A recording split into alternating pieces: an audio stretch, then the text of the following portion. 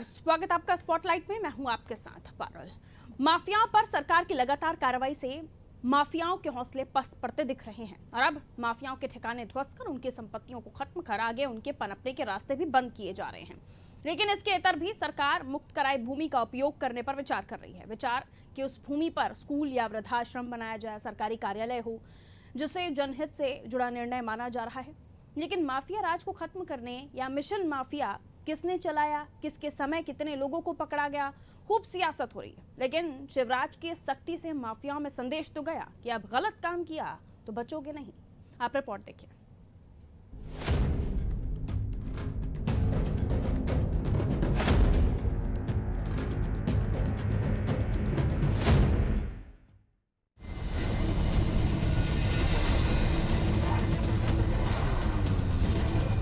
मध्य प्रदेश के सियासत में माफियाओं को लेकर आए दिन सियासी खींचतान होती रहती है। ऐसे में मध्य प्रदेश में एक बार फिर शिवराज सरकार सख्त नजर आ रही है।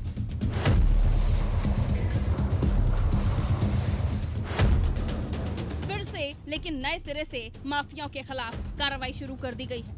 मुख्यमंत्री शिवराज सिंह चौहान ने शराब माफियाओं और भू माफियाओं के खिलाफ कार्रवाई के निर्देश भी जारी कर दिए हैं, जिसके बाद इंदौर में प्रदेश की अब तक की सबसे बड़ी कार्रवाई जिला प्रशासन, नगर निगम समेत अन्य विभागों के संयुक्त दल ने की।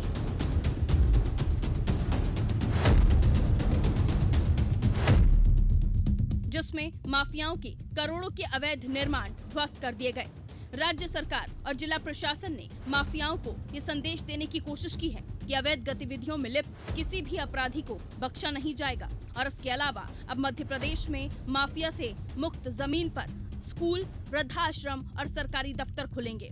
ग्रीन फील्ड भी विकसित होगी। कलेक्टरों ने राज्य सरकार को ये प्रस्ताव भी भेज दिया है, जिस पर जल्द निर्णय होगा। माफिया, आदतन अपराधी और अतिक्रमणकारियों के खिलाफ 2 साल चले इस बड़े अभियान से 2000 हेक्टेयर सरकारी जमीन मुक्त कराई गई है, जिसकी अनुमानित लागत 8800 करोड़ रुपए है। इसके अलावा सीएम और विभाग ने नई सूची तैयार की है। इसमें रेत माफिया भी शामिल किया गया है, क्योंकि पिछले 1.5 साल में रेत का अवैध खनन करने पर 5281 केस दर्ज हुए हैं। अब चलिए आपको वो मामले बताते हैं जिन पर सरकार ने कब्जा हटाया और वो चर्चा में भी रहे। अब तक सरकार ने जो बड़ी कार्रवाई की, उनमें कंप्यूटर बाबा का सरकारी संपत्ति पर से कब्जा हटाया गया, अवैध निर्माण तोड़ा गया। इंदौर में भू माफिया गुंडों के सिंडिकेट का पता लगते ही 32 भवनों को तोड़ा गया। इसकी कीमत 130 करोड़ रुपए है। भोपाल के ईरानी डेरा में 20,000 वर्ग फीट सरकारी जमीन को मुक्त कराया गया। प्यारे मियां और उनके सहयोगियों की 5 आलीशान संपत्तियों को नष्ट किया गया। माफियाओं को लेकर हो रही कार्रवाई, जिनमें कुछ अपने हैं तो कुछ पराये भी जद में आए हैं, जिसको लेकर आरोप प्रत्यारोप भी जारी है।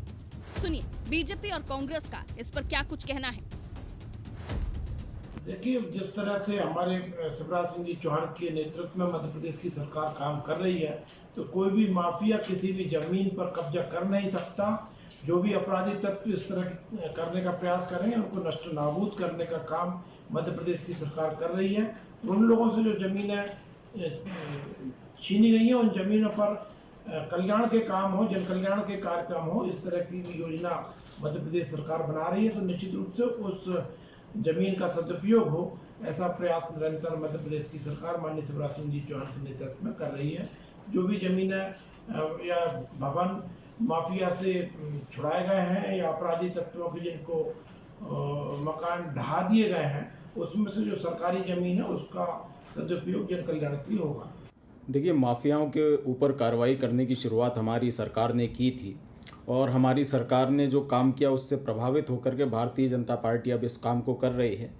और भारतीय जनता पार्टी ने जो ये नया निर्णय लिया, इसका हम स्वागत करेंगे यदि भ्रष्टाचारहीन तरीके से ये किया जाए। ऐसा ना हो कि जो मंदिर के नाम से चंदा लिया था वो खा गए। आप देखेंगे महंतों की हत्या हो रही है, ज़मीन की राशि किसी और राशि में बेची जा रही है। आप देखेंगे पीएम केयर्स फंड आज बता दिया गया कि ये सरकारी नहीं है। तो जो जनता की प्रॉपर्टी है वो जनता तक पहुंचाए, माफिया की प्रॉपर्टी को जनता तक पहुंचाए तो स्वागत योग्य कदम होगा। लेकिन भारतीय जनता पार्टी का ट्रैक रिकॉर्ड ये है कि जनता की कमाई को ये लोग खा जाते हैं। तो यदि हमारी सरकार से प्रेरणा लेकर के कोई काम कर रहे हैं तो करें, लेकिन भ्रष्टाचार को इससे दूर रखें। इंदौर में 5 पोकलैंड मशीन, 15 से 20 जेसीबी मशीन के साथ अवैध निर्माण हटाने की कार्रवाई ये साफ संदेश देती है कि माफियाओं को अब बख्शा नहीं जाएगा, फिर चाहे वो कोई भी हो। लेकिन अच्छी बात ये भी है कि सरकार ने तय किया है कि जमीनों को मुक्त कराकर अब स्कूल, वृद्धाश्रम, सरकारी दफ्तर खोले जाएंगे, जिसकी सराहना भी हो रही है। लेकिन कांग्रेस का मानना है ये अभियान कांग्रेस ने शुरू किया था, अब माफियाओं को तो सियासी डोज मिल रहा है, लेकिन विपक्ष को भी बीजेपी रह रहकर वो गोली दे रही है जो विपक्ष का हाजमा खराब कर रही है।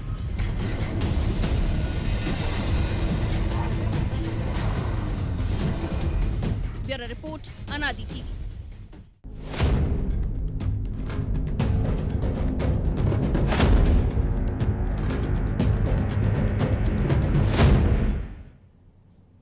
तो चलिए चर्चा की शुरुआत, लेकिन उससे पहले स्पॉटलाइट में कौन से वो पॉइंट होंगे जो करेंगे हम हाईलाइट आपके सामने। माफियाओं पर सख्ती से बौखलाहट किसको और क्यों है? सबसे पहला प्रश्न, माफियाओं पर सख्ती तो है, लेकिन परेशानी किसकी बड़ी हुई है? मिशन माफिया किसका मिशन था? मिशन किसी का भी हो, लेकिन माफिया इस वक्त ध्वस्त किया जा रहा है। मुक्त जमीनों का सरकारी उपयोग करना कितना सही है? कितने माफिया अनछुए हैं अभी भी? क्योंकि कहा तो जा रहा है कि सूची बना ली गई है, लेकिन कितने अभी भी व्हाइट कॉलर बन के घूम रहे हैं? कार्रवाई में ईमानदारी कितनी होगी? आखिर जमीन कब्जाने कौन देता है माफियाओं का साथ? ये सबसे बड़ा सवाल होगा। चलिए मेहमानों से आपकी मुलाकात करा देते हैं जो हमारे साथ इस चर्चा में जुड़ रहे हैं। फिरोज सिद्दीकी जी प्रवक्ता हैं कांग्रेस से, कांग्रेस का पक्ष रखने के लिए हमारे साथ जुड़े हुए हैं। बहुत स्वागत करती हूँ फिरोज सिद्दीकी जी आपका अनादि टीवी पर। और सुरेश शर्मा जी भी हमारे साथ जुड़ेंगे और साथ ही ब्रजगोपाल लोया जी हमारे साथ जुड़ रहे हैं, उनका भी हम स्वागत करेंगे। सबसे पहले फिरोज जी आप ही के पास आ रही हूँ। फिरोज जी, कहा यह जा रहा है, अभी जो हमने बाइट सुनी कांग्रेस की तरफ से, ये कहा गया कि हमारे समय के अभियान को आप लोगों ने अपनाया, अच्छी बात है, लेकिन उसमें किसी तरह का भ्रष्टाचार नहीं होना चाहिए। आपका इस पर क्या रिएक्शन है? कैसे आप देखते हैं कि आने वाले समय में जो माफियाओं को ख़त्म करने की कवायद की जा रही है, क्या वाकई ईमानदारी से किया जा रहा है? कितने ऐसे और लोग हैं जो अनछुए हैं और इन्हें कब्जा जमाने के लिए या ये जो कब्जा कर लेते हैं उनके लिए साथ देने वाला कौन होता है?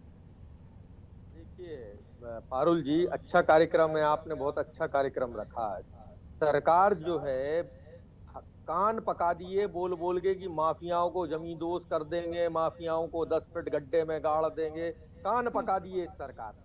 लेकिन अगर आप एक व्हाइट पेपर मांगेंगे इस सरकार से, तो इनके पास कोई व्हाइट पेपर नहीं है जो दिखाने के लिए कि इन्होंने कितना माफियाओं के खिलाफ काम किया। आप देखिए कि एक महिला अकेली लड़ती रही एसडीओ फॉरेस्ट, और उस एसडीओ फॉरेस्ट को जो था इन्होंने एसडीओ फॉरेस्ट जो थी वो ट्रांसफर हो गई, लेकिन वहां माफिया नहीं हटा। चंबल की नदी में पोकलैंड मशीनें चल रही हैं। नर्मदा में हमारे विधायकों ने ट्वीट कर करके दिखाया कि ये देखिए पोकलैंड मशीनें चल रही हैं। हालात ये हैं माफियाओं के कि वो अधिकारियों पे फायरिंग करते हैं, किसी पुलिस वाले को धक्के नाले में गिरा देते हैं, वो पुलिस के ऊपर हमला करते हैं। ये स्थितियां हैं। हमारी सरकार थी अब कमलनाथ जी की, उन्होंने शुद्ध पर युद्ध शुरू किया था। आप देखिए कि उन्होंने कितने बड़े बड़े लोगों को पकड़ पकड़ के बंद किया था। हमने दूध के मामले में हो, सब फल मिठाइयों के मामले में हो, अन्न के मामले में हो, आप मीडिया के लोग रोज जो थे इस कार्रवाई की खबर जनता तक देते थे। कमलनाथ जी ने सिर्फ एक ही बार कहा था कि हम शुद्ध पे युद्ध चला रहे हैं। उन्होंने रोहित गृह निर्माण सोसाइटी जो भोपाल की थी, सहकारी गृह निर्माण सोसाइटी, जिसके लोग जो थे, जो उसके असल हकदार थे प्लॉटों के, वो सर पटक पटक के मर गए। शिवराज सरकार में 2018 में से पहले नहीं पकड़ाया, लेकिन बाद में राजपूत हमारी सरकार आते ही पकड़ाया। इसी इंदौर में हमने 724 लोगों को प्रशासन ने बुलाया, वो बुला के अपने सामने उनका कब्जा दिया, इंदौर में ही और भोपाल में भी, और एसडीएम ने जाके उनके प्लॉटों पे उनको कब्जा दिलाया। ऐसा युद्ध चलना चाहिए। ये सरकार जो है रोज रोज बोलती जाए, इससे काम नहीं चलेगा। 250 करोड़ रुपए मात्र जो था रेत की पेनल्टी वसूल होती थी कि अवैध उत्खनन की 250। कमलनाथ जी की 11 महीने की सरकार ने 1250 करोड़ कर दिए। ये डेटा है, ऑथेंटिक डेटा है। तो आज प्लॉट क्यों बंद हो गए? सहकारी समितियों में जो भ्रष्टाचार हुआ है, जो लोगों की गाड़ी कमाई का पैसा उन लोगों ने रख लिया और माफिया उनकी जमीनें खा गए, वो क्यों नहीं मिल रही है? हमें तो 18 महीने में एक भी जगह नहीं मिला ऐसा सुनने। नंबर 2, रेत का मामला है, मैंने अधिकारियों के बता दिए, पोकलैंड मशीनें आप ही लोगों ने दिखाई, हमारे विधायकों ने, तमाम लोगों ने तो सोशल मीडिया पे ट्वीट कर करके ठीक है। दिखाया क्या लेकिन हो रहा फिरोज है। जी, आज जो कार्रवाई इंदौर में हुई है, 100 करोड़ की संपत्ति को मुक्त कराया है, बड़े बड़े गार्डन्स जो अवैध निर्माण करके अपना काम धंधा चला रहे थे उनको ध्वस्त किया है, इस कार्रवाई को तो आप ठीक मानते हैं?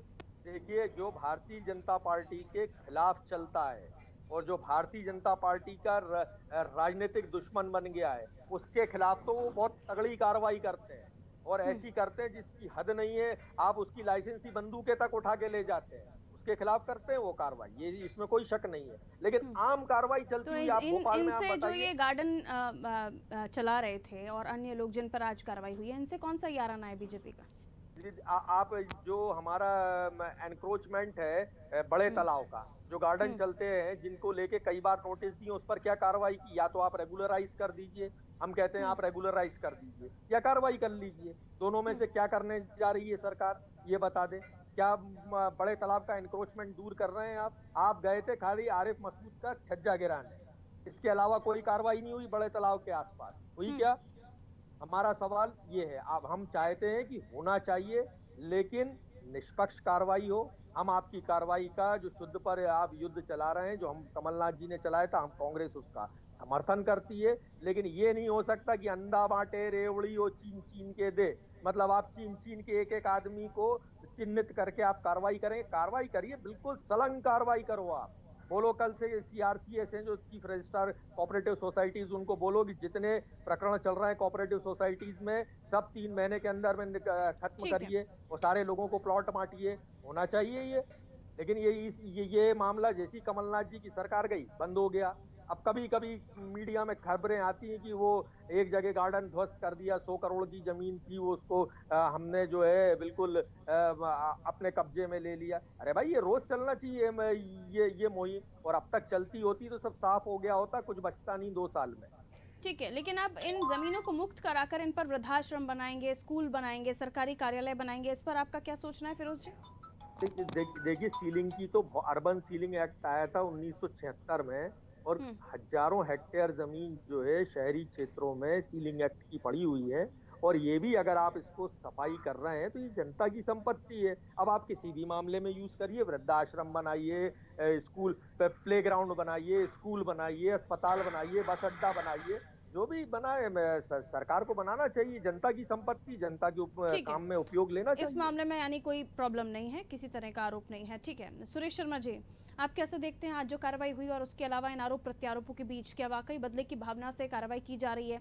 भोपाल की अगर हम बात करें तो फिरोज जी कह रहे हैं कि आरिफ मसूद जी का छज्जा गिरा दिया जाता है, आगे का जो शेड है उसको गिरा देते हैं, लेकिन बाकी कहीं किसी और तरफ कार्रवाई नहीं होती है, जबकि कई ऐसी जगहें हैं जहां पर अभी भी कब्जाए हुए हैं लोग जमीनों को। आप कैसे देखते हैं? राजनीतिक विषयों पर बोलने का बहुत ज्यादा मैं इंटरेस्टेड नहीं रहता हूँ, लेकिन आज फिरोज सिद्दीकी जी पता नहीं क्यों कह रहे हैं कि बड़े तालाब के पास का इंक्रोचमेंट हटाइए और आरिफ मसूद की याद दिला रहे हैं। तो ये क्या राजनीतिक बात है दोनों के बीच में, आरिफ मसूद जी की और फिरोज सिद्दीकी जी के बीच में, कि आप वो कह रहे हैं कि आप जो है तालाब के आसपास का ही हटाइए? तो आप तो ये जो अतिक्रमण है ये तो सभी जगह काटना चाहिए। बाबूलाल जी गौर के जमाने में तो सभी जगह काटा था, जिसमें भी इंक्रोचमेंट कर रखा था, जिनने भी जबरिया कब्जा कर रखा था या सरकारी संपत्ति को दबा रखा था, उनको मुक्त कराया ही था। और ये बात बिल्कुल सही है कि कमलनाथ जी का ध्यान ही सरकार चलाते टाइम सरकार के लिए कम रहा और अतिक्रमण हटाने में और शुद्ध के विरुद्ध युद्ध करने में ज्यादा रहा। तो मालूम चला कि वो हटाते हटाते सरकार ही हट गई। तो कई सब चीजों का संतुलन बनाना पड़ता है। रोज की रोज थोड़ी कि ये काम जो है रोज ये कि सरकार यही काम करती रहे कि हटाने में ही लगे रहो, हटाने में लगे रहो। मैं पर इस बात से जरूर सहमत हूँ। और जो आपने पारुल जी कहा है कि आखिर ये कब्जा खो कैसे जाता है, सबसे बड़ी चीज ये है कि प्रशासन तंत्र के लोग जो हैं वो माफियाओं से मिले हुए रहते हैं और उनके कारण जो है ये इतना बड़ा जो है तामझाम तैयार कर लेते हैं। लेकिन जब आंखों के सामने आता है या कोई राजनीतिक कारण हो जाता है या द्वंद प्रतिद्वंद हो जाता है, तब ये सब धराशायी कर दिए जाते हैं। तो ये बात तो बिल्कुल मैं सहमत हूँ कि प्रशासनिक तंत्र को इस साथ के साथ को भी जिसके जोन में, जिसके एरिया में अतिक्रमण हो रहा है या पाया जाता है, जिसको गिराने की स्थिति आ रही है, तो उस प्रशासनिक अधिकारी पर भी बराबर की गाज गिरना चाहिए। तीसरी बात मैं ये कहना चाहता हूँ कि ये सारी चीजें निश्चित रूप से राजनीतिक रहती है और राजनीति के अंदर इन सारी बातों का समय समय पर ध्यान देना चाहिए, ये बात बिल्कुल सही है। लेकिन हम माफिया मानते किसको है? आप माफिया की डेफिनेशन तो तय करिए पहले कम से कम, कि आज जो है आप स्कूलों के अंदर देखिए जिस तरह से मनमानी फीस हो रही है, कोरोना काल में लोगों को लूटा जा रहा है, परिवार ये महसूस कर रहे हैं कि उनके बच्चों की फीस इतनी ज्यादा, क्योंकि जो शासन और न्यायालय के निर्देश है उसका पालन न होकर के उसको मिक्सअप करके जो है अतिरिक्त फीस ली जा रही है। शासन ने, न्यायालय ने निर्देश दिए थे कि कंप्यूटर फीस और जो है बाकी अदर नहीं लेंगे, तो उन्होंने जो है उसके ट्यूशन फीस में शामिल कर दिया। तो ये जो माफियागिरी है ये केवल अतिक्रमण करने या हाउसिंग सोसाइटी में थोड़ी है। अब हाउसिंग सोसाइटी के बारे में फिरोज भाई ने कहा, बहुत अच्छी बात है कि उन्होंने एक हाउसिंग सोसाइटी का उल्लेख कर दिया और वो भाजपा के नेता थे, उनको जो है गिरफ्तार कर लिया था और उस पर कार्रवाई कर दी थी। तो केवल एक पर कार्रवाई करने से नहीं होता, आप बाकी चीजों पर देखिए। आज माफियागिरी की बहुत चीजें हैं पारुल जी, धीरे धीरे जब हम उनमें जाने लगेंगे। आप एक नजर डालिए, मैं आज आपको एक छोटी सी जानकारी दे रहा हूँ, आप नजर डालिए कि भोपाल में पेट्रोल पंप कितने हैं, भोपाल में गैस एजेंसीज कितनी हैं, आप देखिए किन की हैं, उनके राजनीतिक बैकग्राउंड क्या है। आप सारे इन चीजों को हमें देखना पड़ेगा कि जो सत्ता में बैठा होता है वो सब काबिज हो जाते हैं सबसे, आज भी काबिज हो रहे हैं, इससे पहले भी लोग काबिज होते थे। तो ये जो परिस्थितियां हैं कि यदि आज जैसे बिल्कुल सही कह रहे हैं, इस बात से कोई भी जो है वो उसको नकार नहीं सकता कि चाहे चंबल की बात हो, चाहे जो है आप नर्मदा नदी की बात हो, आखिर ये माफिया क्या कर रहा है, कैसे जो है ये सारी व्यवस्थाएं हो जाती हैं, कैसे पुलिस प्रशासन वहां जाने से पहले ही या तो हर काज उनको में जो है माफिया गिराने रहा, की जैसे अगर ऐसे कहें तो शायद मुझे लगता है कि आप भी मानेंगे इस बात को नहीं, कि आप माफिया जिस राज- जगह भी देखिए, चले माफिया जाइए राज वहां तो- पर माफिया माफिया बैठा हुआ है। राजनीति में भी माफिया हो गए ना, आप ये भी देखिए ना, हम मीडिया में भी माफिया देख रहे हैं कि जिनके आयकर का छापा पड़ जाता वो चिल्लाना चालू कर देते, मेरा अखबार, मेरा चैनल और मेरे इस पे ये हो गया, जबकि व्यवहारिक ये है कि छापा कहीं और होता है, हम अपनी माफियागिरी में अड़ जाते हैं। तो ये सारी चीजें मान के चलना चाहिए कि माफिया जो है केवल अतिक्रमण और माफिया केवल जो है खोलने के मूड इस में तक सीमित नहीं, इस तरह जो है उस तक सीमित नहीं रखना चाहिए, माफिया का थोड़ा विस्तार करिए। ब्रिज गोपाल लोहिया जी को शामिल कर लेती हूँ, बीजेपी से हमारे साथ जुड़े हुए हैं। जी मैं जुड़ा हुआ हूँ जी ब्रिज गोपाल जी, बहुत स्वागत मैं करती तो हूँ आपका मैं तो जो राजनीति सच में। होता है वो नमस्कार। बोलने की कोशिश करता हूँ, ठीक है, जो मुझे भुगतना वो मैं भुगतता रहता हूँ, लेकिन कहूंगा वो नहीं जो सच हो। सुरेश जी, ना केवल हम बल्कि कांग्रेस बीजेपी में बैठे हुए लोग सभी लोग आपका सम्मान करते हैं, और जितना हम आपको जानते हैं आपने कभी कुछ ऐसा कोई काम नहीं किया कि जो बीजेपी या कांग्रेस वाले कोई दुश्मनी आपसे निकालें। आप निष्पक्ष बोलते हैं और हमेशा आपकी बातों को हम सुनते हैं और आगे उनको जहन में रखते हैं, ताकि हम आपकी बातों को आगे भी याद रखें, ताकि हमें आगे बताने के लिए मौका मिल जाए। बहुत बहुत शुक्रिया, आप हमारे साथ जुड़े हुए हैं। आगे बढ़ती हूँ, लोहिया जी को शामिल कर लेती हूँ। लोहिया जी, जी सवाल तमाम हुए, लेकिन जो अहम सवाल कि सरकार तो आपकी ही ज्यादातर समय रही, तो अब हमें माफियाओं को उखाड़ना पड़ रहा है। ये माफिया जमे थे तब हम कहाँ थे? नहीं, देखिए दोनों बातें हैं। ये बात सच है कि माफिया जमते हैं और उनको संरक्षण मिलता है, वो कर्मचारियों का हो सकता है, वो अधिकारियों का हो सकता है और वो किसी का भी हो सकता है। परंतु जब सरकार ने ये तय किया है कि हम हर तरह के माफिया को मध्य प्रदेश से समाप्त करेंगे, उसको नेस्तनाबूद करेंगे, तो बार बार इस बात को नहीं किया जाना चाहिए कि आज मध्य प्रदेश में सरकार जो कर रही है उससे उन्होंने 2000 हेक्टेयर से अधिक तो भूमि मुक्त कराई है, जिसका मूल्य 10,000 करोड़ रुपए से अधिक है।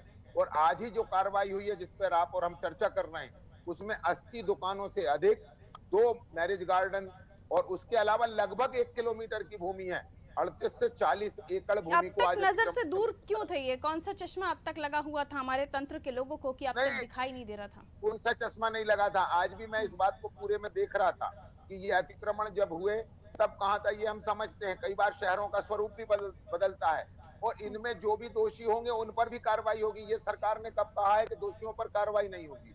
सरकार ने ये कहा है कि पहला अभियान चल रहा है कि माफिया के चुंगल से जमीनों को निकालना और उन जमीनों को निकाल के आम लोगों को उपलब्ध कराना, चाहे हम वृद्धाश्रम बनाए, अस्पताल बनाए, स्कूल बनाए, आंगनबाड़ी बनाए। दूसरी और महत्वपूर्ण बात, केवल भूमाफिया ही नहीं, मध्य प्रदेश में हर माफिया पर कार्रवाई होगी। जो रेत माफिया कांग्रेस की सरकार के दौरान कमलनाथ जी की कार ड्राइव करके वल्लभ भवन जा रहे थे, वो अब नहीं चलेगा मध्य प्रदेश में। मध्य प्रदेश में 5250 से ज्यादा केस रेत माफिया पे बनाए गए हैं। 5000 के आसपास tractor, trolley, dumper, Poclain, JCB इनकी जब्ती हुई है और 1,25,000 क्यूबिक मीटर से ज्यादा रेत का को जब्ती होने का काम किया। तो हर तरह का माफिया समाप्त होगा। जैसा पिछले समय में हमने नक्सली समस्या का समाधान किया, मध्य प्रदेश में डकैतों का सफाया किया, उसी तरह माफिया का भी खात्मा मध्य प्रदेश में होगा।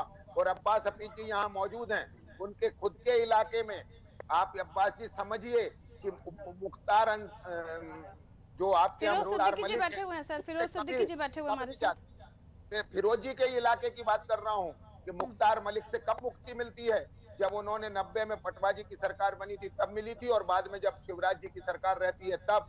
नहीं तो इस तरह के माफिया काम करते हैं। उनका बंगला जो था, उनका फार्म हाउस जो था, वो हमारी सुनिए सरकार लोया में जी, गिराया अब एक गया। अहम सवाल ये सुनिए, 1990 में अहम गिराया सवाल गया। ये और सुनिए। आपको याद होगा अरे इन्होंने भाई हाईकोर्ट साहब, जाकर सरेंडर किया था सरकार के डर से और पुलिस के डर से। दूसरी बात अब्बास भाई, एक बात और कहना चाहता हूँ, आज भी शहंशाह को फिर गिरफ्तार सिद्दीकी जी किया बैठे गया हुए हैं सर, फिरोज सबसे सिद्दीकी ज्यादा जी। मामले हैं उसके ऊपर। अब किस सुनिए, चीज का सवाल मामला सुनिए नहीं? लोया जी, लोया जी सवाल सुनिए, ब्रजगोपाल लोया जी सवाल सुनिए। सवाल ये है कि आप माफियाओं को जिस भी तरह से आप उनको ध्वस्त करना चाहते हैं कीजिए, उनकी संपत्ति को ध्वस्त करना चाहते हैं कीजिए, लेकिन असल उन लोगों को तो ढूंढ कर लाइए जिनको पनपने के लिए, जिन्होंने साथ दिया इन्हें पनपने के लिए। वो क्यों छूट रहे हैं आपसे? वही तो मेन बैठे हुए हैं ना, जो आज इस माफिया को पैदा कर देंगे, कल दूसरे माफिया को पैदा कर देंगे। तो आप मेन जड़ पर तो काम ही नहीं कर रहे या करना नहीं चाह रहे। आप कैसे कह रही हैं कि मेन जड़ पे काम नहीं हो रहा? इसी इंदौर की जिसकी आज और आप और हम बात कर रहे हैं, इसमें एक तो कितने व्हाइट कॉलर अधिकारियों का सामने निलंबन? आए जो इनको कितने इनकी लोगों का जमीनें निलंबन हो चुका है? इनको दिलवाने में, नक्शे पास करवाने में जो इनके साथ बिल्कुल। खड़ा हुआ था। ये नहीं कह रहे हैं, हम तो ये कह रहे हैं कि भारतीय जनता पार्टी की और शिवराज सिंह चौहान जी की सरकार छोड़ेगी किसी को नहीं। जब ये कहा गया है किसी को नहीं, तो वो किसी को नहीं, चाहे वो राजनीतिक व्यक्ति हो, चाहे वो सरकारी तो कह रहे हैं अफसर हो, जिनसे आपका चाहे प्रेम होता है, याराना होता है, उन पर तो आप कुछ नहीं करते हैं। जिनसे आपका दोस्ताना खत्म हो जाता है उन पर आप कार्रवाइयां कर देते हैं। भारतीय जनता पार्टी का माफियाओं से दोस्ताना नहीं होता। ये कांग्रेस का आरोप आप हम पर न लगाएं। ये नहीं, कांग्रेस मैं उन्हीं ये की बातों को गठजोड़ पूछ रही हूँ। अभी इससे पहले वही चर्चा हो रही थी ना कि आप उन नहीं, लोगों नहीं, पर कार्रवाई कर रहे हैं जिनसे आपका याराना दोस्ताना खत्म हो जाता है, जिनसे नहीं हुआ। आपका रिश्ता होता है, उनको तो आप बख्श देते हैं। और न जाने कितने ऐसे लोग हैं जो अभी भी अनछुए बैठे हुए हैं। जबलपुर में रजवाक पहलवान को 17 साल कुछ नहीं हुआ जबलपुर में, जबकि वो पहलवान कहलाते थे। कार्रवाई होगी? एक नाम बताएं जैसे किस ही पर रोहाणी कार्रवाई जी होगी? से कुछ हो गया उनका, उनकी सब बंदूकें ले गए आप। अब्बास भाई, एक वो माफिया का नाम आप जो बताएंगे उस पर भी कार्रवाई होगी। आपकी भी जिम्मेवारी है ये नैतिक और सामाजिक कि यदि किसी ने सरकारी जमीन पर कब्जा किया है, कोई माफिया है, तो उसकी शिकायत सरकार वो तक कह रहे हैं पहुंचाएं। हम तो ट्वीट कर करके आपको थक गए, आप लोग सुनते ही कहाँ हैं। वो ऐसा बता रहे हैं कि हमने पोकलैंड मशीनों की तस्वीरें ट्वीट कर दी, हमने बता दिया। अब लिस्ट पहुंचा दीजिए फिरोज जी, एक प्रेस कॉन्फ्रेंस करके लिस्ट पहुंचाइए, तब होगा काम आपका। के पास पारुल जी, बरेली के पास नर्मदा जी के कई ट्वीट जो है वहाँ के विधायक ने भेजे हैं, बिल्कुल बाकायदा पोकलैंड मशीनों के फोटो खींच के। संजय शर्मा जी ने भेजे हैं, वो इन्हीं के पास के रहने वाले। लो जी, अब लिस्ट में माफियाओं की लिस्ट में रेत माफिया भी आ गया, तो ये रेत माफिया भी बचेंगे क्या? विधानसभा की ये बात कर रहे हैं, उस विधानसभा के विधायक जी, गोरा की खदान कौन चला रहा है आपको भी मालूम है अब्बास भाई। आप संजय शर्मा, अरे तो वो बचे क्यों हैं? आप नाम सार्वजनिक कीजिए ना जनादि टीवी पर। क्यों बचे हुए हैं वो लोग भाई? क्यों बचे हुए हैं वो लोग? ऐसा कौन सा पर्दा डला हुआ है उनके ऊपर जो उठ नहीं रहा आप लोगों से? मैं आपसे कहता हूँ पारुल जी, हम उदय मध्य प्रदेश के उस इलाके में रहते हैं जहाँ मां नर्मदा की सीमा 82 किलोमीटर है। उस तहसील अरे वो छोड़िए, वो कह रहे हैं राजधानी भोपाल में कितने सारे कब्जाए हुए हैं तालाब के आसपास, उन्हें तो जाके पकड़ लीजिए पहले। अभी वो ही ये सवाल खड़ा कर रहे थे फिरोज सिद्दीकी जी। इनके ही विधायक जी के कब्जाए हुए थे, उसका स्कूल भी टूट गया, मदरसा भी टूट गया, और ऐसी सारी जमीनें खाली होंगी। ऐसी कोई जमीन एक आदमी बता पाए इसी कार्यकाल में हो जाएंगे। तीसरे ईरानी डेरा बता पाए, बस 3। अब्बास भाई एक ही नहीं है, 89 लोगों पर कार्रवाई हुई है। 89 लोगों पर। ठीक है, आपके 5000 से ज्यादा लोगों पर रिपोर्ट दर्ज की गई है, मामले दर्ज हुए हैं फिरोज जी, लेकिन उसके बावजूद भी आपको सरकार के काम दिखते नहीं है। ऐसा क्यों सर? और फिर आप लोग कहते हैं कि कार्रवाई नहीं हो रही, और नाम बताते नहीं है किस पर कार्रवाई नहीं हो रही। देखिए, सवाल ये है, दूध का माफिया आज क्या हो रहा है, वापस मिल रहा है नकली दूध। आप तेल का माफिया, खाद्य पदार्थों का वापस मिलने लगा? कहीं आपको खाद्य पदार्थों की टीम ऐसे नहीं ना, नाम लेकर बात कीजिए ना कि कौन वो लोग हैं जिनके कॉलर आप लोगों ने पकड़ लिए थे, इन्होंने छोड़ दिए। मेरा ये कहना, आप सघन क्यों चेकिंग नहीं करते? क्यों सघन चेकिंग नहीं करते? लोगों को दूध मिल रहा है। रेमडेसिविर तो ये ढूंढ नहीं पाए, 845 रेमडेसिविर कौन ले गया, ये तो ढूंढ नहीं पाए ये आज तक। और अब आप बताइए, मैं आपको गारंटी से कह रहा हूँ पारुल जी, नेफेड के माध्यम से, जो नेफेड है, नेशनल नेफेड के माध्यम से नकली कीटनाशक जो है एग्रीकल्चर में सप्लाई किया जा रहा है, और मार्कफेड का गला दबा के, मार्कफेड के सबको निरस्त करके इन्होंने कुल 3 लोग हैं जी। कौन बच पा रहे हैं, कौन बचकर निकल जा रहे हैं, क्यों आरोप लग रहे हैं? ये शुद्ध कार्रवाई क्यों नहीं हो रही है? जी जल्दी से। नकली बीज 14,000 15,000 रुपए क्विंटल, ये तो आप ही लोगों ने चलाई है ना खबरें, हमने थोड़ी बोला, आप ही लोगों ने चलाई है। सोयाबीन का नकली बीज 14,000 15,000 रुपए क्विंटल, ये क्या माफिया नहीं है तो कौन है ये? बताइए, एक बड़ा नाम बताएं अब्बास भाई, जिसने आपने शुद्ध में युद्ध के समय आपने एक किसी बड़ी कंपनी पर कार्रवाई की हो? नहीं की। आपने कोई पकड़ लिया था, हमने उसके ऊपर लगा दी थी रासू का, वो जाके अमित शाह से कटवाया है उज्जैन के, आप ही का यही नाम बता दिया। चलिए शर्मा जी को शामिल कीजिए, समय इजाजत नहीं देता, हम अब सुरेश शर्मा जी से कंक्लूजन लेने। सुरेश जी, ये माफिया जो अब खत्म हो गए हैं, न जाने फिर कौन सी इनको खाद मिल जाएगी, फिर ये पनप जाएंगे और एक नया पौधा निकलकर सामने आएगा, और फिर हम इसी तरह से चर्चा करने बैठेंगे, फिर सरकार ये होगी कि आगे कोई और होगी, नहीं पता। लेकिन इन्हें खत्म करने के लिए या इन्हें पनपने का दोषी आप सही मायनों में किसे मानते हैं, और क्यों अब तक हाथ खाली रह जाते हैं? अनछुए कौन वो लोग हैं जिन पर कार्रवाइयाँ होनी चाहिए लेकिन शायद नहीं होती? सुरेश जी जल्दी से। देखिए, मेरा ये मानना है कि प्रशासनिक अधिकारी और राजनेता, इनके संरक्षण के बिना किसी भी स्थिति में माफिया नहीं पनप सकता। यदि हम इंदौर की कार्रवाई पर ही हम समीक्षक टिप्पणी करें, तो आप जबलपुर, ग्वालियर और भोपाल में क्यों नहीं हो रही कार्रवाई? क्योंकि सबको मालूम है कि राजनीतिक जो कारण है, प्रतिद्वंदताएं हैं, और कभी हटाने या मनाने का जो एक सुगुफा चला था, तो वो इंदौर से चला था, और वो उसके बाद से इंदौर में लगातार कार्रवाई हो रही है। ये सब मैं बता रहा हूँ, एक परसेप्शन बनाने की कोशिश की जा रही है, कार्रवाई तो बस बहाना है। अगली एक लाइन और जी जल्दी से सर।